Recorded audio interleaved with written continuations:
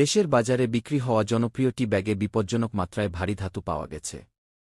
Environment and social development organisation ESDO প্রকাশিত সর্বশেষ গবেষণা প্রতিবেদনে এ তথ্য উঠে এসেছে।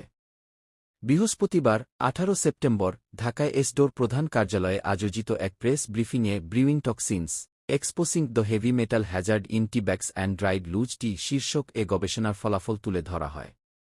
প্রতিবেদন অনুযায়ী স্থানীয় বাজার থেকে সংগ্রহ করা 13টি নমুনার মধ্যে 12টি টি ব্যাগ ও একটি খোলা চা পাতা পরীক্ষা করা হয়। পরীক্ষায় দেখা যায় টি ব্যাগের প্যাকেজিংয়ে অনুমোদিত সীমার বহু গুণ বেশি পরিমাণে ভারী ধাতু রয়েছে। উদাহরণস্বরূপ ক্রোমিয়ামের মাত্রা পাওয়া গেছে সর্বোচ্চ 1690 পিএম, যেখানে নিরাপদ সীমা 5 পিপিএম।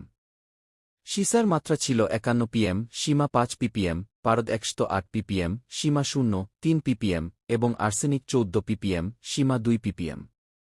গবেষণা আরও দেখা যায় টি ব্যাগ থেকে চা পাতা আলাদা করার পর অ্যান্টিমনি ধাতুর মাত্রা ছিল সর্বোচ্চ 154 পিপিএম। সামান্য পরিমাণে ইউরেনিয়াম ও থোরিয়ামও শনাক্ত হয়েছে।